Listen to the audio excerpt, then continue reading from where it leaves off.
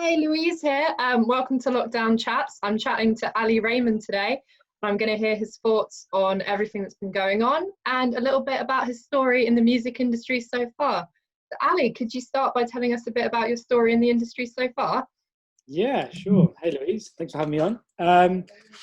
Gosh, where to begin? I've probably done all the jobs in the music industry. Probably because at the beginning, I didn't know what jobs were available and what we could do. So I kind Yeah, of spent a good 3-4 years interning, working for free, doing the odd jobs here and there. So I, worked across. At first, I was a writer, so I wrote for a few magazines, and the classic thing. I started my own blog, and just got me into the gigs and got to know people. And I just wanted to meet people, and that was a really easy way to do that yeah, through writing gig reviews and interviews and interviewing artists.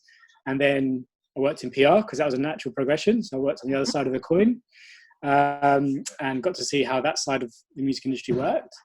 And then I moved into a bit of live. I worked on the door, did guest list, did club nights, and promoted small sort of indie gigs in London. And then I managed to work into A&R sort of scouting. Worked with a couple of great people that really helped me kind of give it a leg up, and that gave me an opportunity to work more towards the commercial music industry. So at the beginning, it was very much more the indie level, yeah, field music, hip hop, soul, funk, jazz. And when I started scouting and working, and then eventually for a management company, that gave me a real sort of insight into more the commercial major label side of things, and maybe pop music and stuff. yeah, So eventually, after all those years and finding music management, that's when I really realized that's what I wanted to do. It incorporates every aspect of what I was doing before, and multi jobs. I wear many hats. All the time, I'd start Beatnik on the side as a blog, and that evolved into a music website. nice. And then when I worked for a management company, that company went bust. We had an office in Soho. I quickly learned that there was no magic tool to being a manager. There wasn't a magic sort of secret recipe to breaking an artist. Oh, So I damn. decided to stop working in the management company. Obviously, it went bust, and I started Beatnik. I turned Beatnik online music website into a fully formed management company and record label. And I Amazing. haven't looked back since 6 years ago. And Beatnik's doing really well at the moment, right? We're having a good year. Last year was probably our best year. I think I've been lucky that every year with Beatnik has been a progression, and much like a breaking artist, you try and look at every year and go, am I moving up? Am I is this, are we offering better and better services? And last year we had a fantastic year, namely because of Arlo Parks, I think, on the label. The label side, her getting nominated for BBC Sound Of was a real highlight for us as Beatnik, because we released all her music last year, and the strategy and the campaign and the love and the effort was getting more recognised than ever before. But we've had some great success stories over the years of taking an artist from zero to a place where they can then have a long-term career with a bigger company. I see Beatnik as a platform and as an artist development company in many ways. So we really kind of get with people at the grassroots level. So it's been going really well. 2020 got a little bit weird for a lot of us. Obviously with the global pandemic and everything that's kind of led to since. How has it affected you? Has it had a massive impact, or are you working through it now? What's going on? Yeah, I mean, it affected it, like everyone, it affected everyone in the world. Music industry, I think at the beginning, you obviously look at yourself and you say, poor me, poor us, and but then you look at the wider picture and think, at that point when the pandemic was really happening and lots of people are dying. I mean, people are still dying now, but you kind of take a pause and say, what's important in life, and all of our artists and us in the Beatnik team, we kind of just step back, and safety in your family is the most priority. And so it's a real time to reflect. Obviously, coming out of that, you start to look back at the business as well. We were quite lucky in the sense that we had a fantastic year last year with Arlo Parks and with other artists that we've released prior to that, and another band, Island, that we managed. They had basically already written their second album. So we were lucky in the sense that when we found ourselves in 2020, we weren't in any sort of album cycle or any. It affected us, but not in the same way that maybe someone who's releasing their album this year would. But you know, biggest hit has been live. You know, not being able to tour, not being able to go do festivals. Arlo Parks, for example, had 36 festivals this year across Europe and the UK, which is very impressive. Some sort of new, you know, world record. All of that income is gone, and all of that sort of, and more so than the income, it's the platform, it's the exposure, it's the opportunity to. But luckily, if I take her as a case study, we've been able to adapt, and she's one of those artists who is very outward thinking, such a hard worker, and she has thrown herself into communicating with her fans and using social media as such an important tool. We've been lucky that DSPs are still supporting her heavily. Radio and promo have now become the main thing. You know, when you can't play live to promote your music, how else do you do it? And I think you've got to find a silver lining in all of this. Everyone does, otherwise you kind of just fall apart.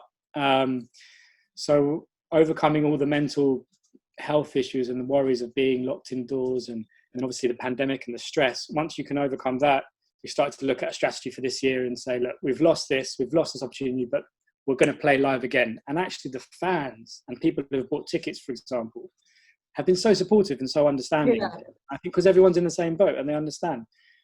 And I do think in times like this, music is really important as well. You know, it is a real healer for a lot of people. And so, we've lost on one side, but in essence, we've gained on the other. Come back to Arlo Parks, she would have been touring right now, and she would have had the pressure on her shoulders of writing her debut album. During lockdown, she's recorded and written she's written and recorded her debut album. Oh, amazing! Or at least 80% of it, which is a huge thing off her shoulders. And you know, there's you know, and who knows if you'd have written those songs maybe in a couple of months' time, you never know.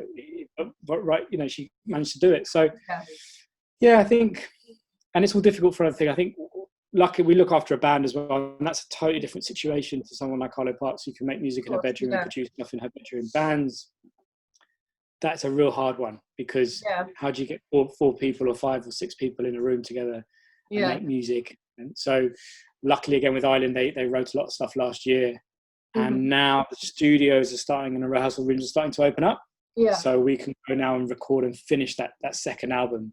So they're going to go back in and finish the album then?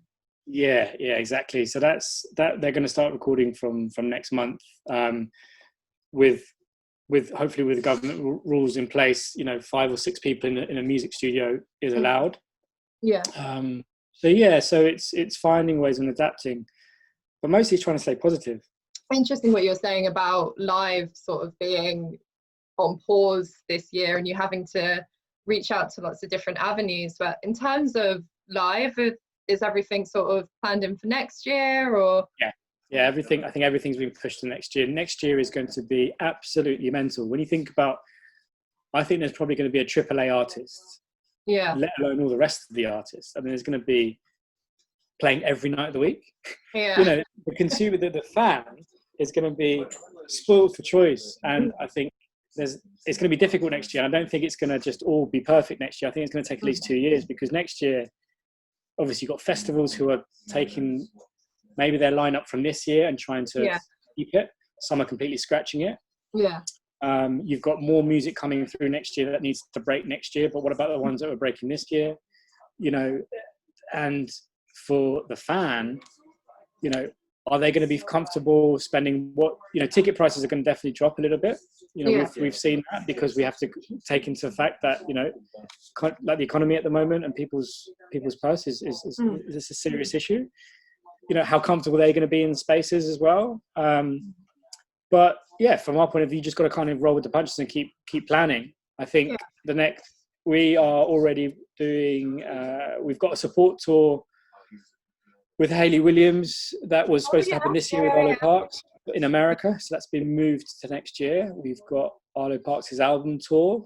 So her album comes out possibly sort of Q1, Q2 next year. That's the idea.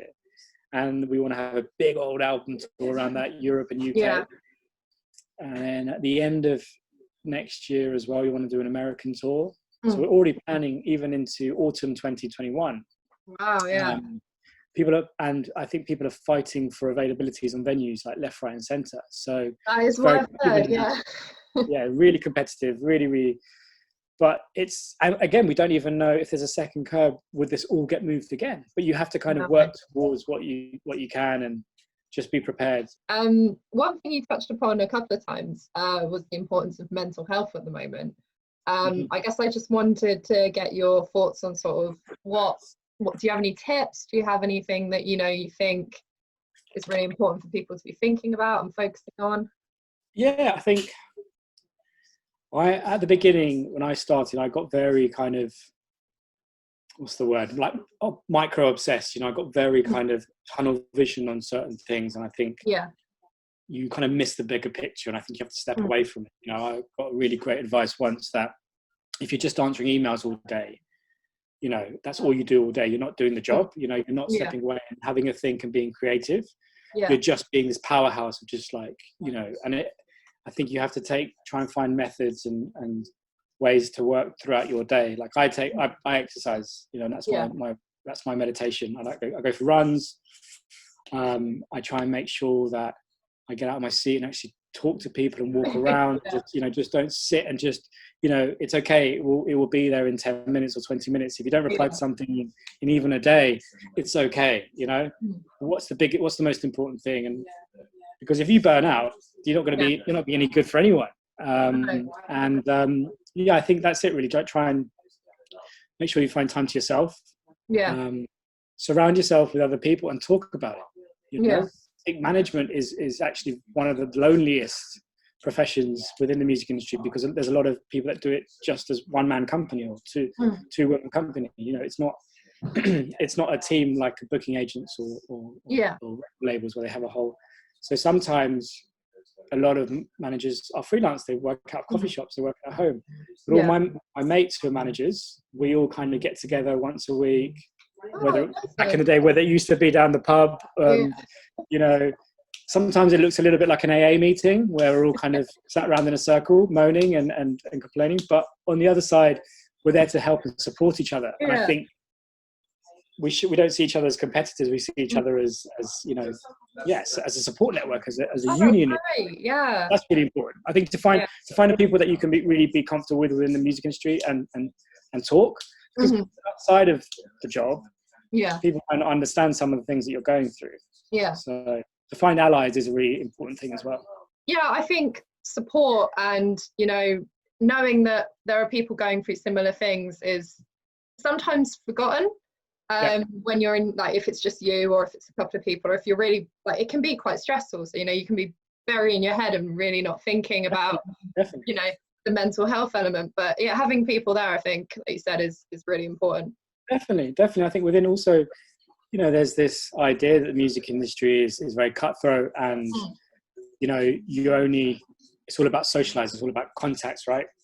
And yes, there is a big part of that, but equally I don't approach now the music industry and people I meet as a kind of, what can I get out of them and nothing in return. It's not like, I want to actually make solid friendships and relationships. And that means sometimes not talking about business. That means sometimes not always being like the hustle, not always being like, what can I get out of that person? What can you do for me? What can I do for you? And the minute you start to find that, you start to then have this wonderful network of allies. And before you know it, I've got some of my best friends work in, which is a privileged position to be in, because this is a wonderful industry. And I think to be able to work in it is fantastic. So that's really important, to kind of, don't get lost in your head. That's a song waiting to be written. Exactly. No, definitely. I think that's very important. So have you been discovering any new artists at all? Have you had your ear to the ground? Has anyone got you excited? Well, it's actually, that's been really what this pandemic's been good for. Lockdown, at least, not the pandemic, is discovering new music. I've found I have more time in the evenings to listen to things, and because I've been doing it long time enough of a time that people tend to recommend, or I know people that can recommend music, rather than in the beginning I would be trawling through SoundCloud or trawling through the internet trying to find new music. Yeah. I've been very blessed to have lots of people that we all just share lots of, oh, have you heard this? Have you heard that? Yeah, so, you know, and Sarah's really fantastic at finding new music as well. So we kind of talk about lots of different ways of discovering music, and yeah, it's been good. There's a couple of things that we are about to sign. Oh, very exciting. On the label Beatnik side. Yeah. But I can't talk about those yet. No, of course, no, I wouldn't expect the deals haven't been done, but very exciting. It's what's been really cool is to see so much new music still coming through. There's there's still an amazing abundance worldwide of new stuff. I've also discovered stuff that has been around for ages, but I didn't pay attention to. There's a Spanish artist, it's Colombian American, called Teo. Oh, cool. Absolutely love. I got introduced by an artist recently, another new artist. Is that? It's kind of, he sings in Spanish and English, and he's a rapper as well. Rapper sings, and it's a bit of, it's kind of funk, soul, R&B, hip hop, a little bit, all of that. Really, really cool. I've also just been listening to albums that I haven't really been, an album comes out like, I know Idol's album, or I've listened to Fontaines DC. I didn't actually listen to the whole record. Yeah. And there's a song on the Fontaines DC record that actually Annie played, Dublin City Sky, I think it's called. Okay. But yeah, stuff like that, and I still get, obviously, we're in this because we all get excited about music, whether it's old or new. And that album came out last year, so I'm still loving it. So yeah, that's been good. All right. Well, Ali, thank you so much. This has been fab. I just have one more question for you. Sure, shoot. How would you sum up your lockdown in 5 words? Reflective, calm, sleep, pizza, and lots of alcohol. It's 2 words. Lots of alcohol, it's 1 word. It's all good. Well, thank you so much, Ali. It's been so great chatting to you. I hope that you stay safe, and I'll chat to you soon. See ya. Thanks a lot. Thanks for having me. Bye. Bye.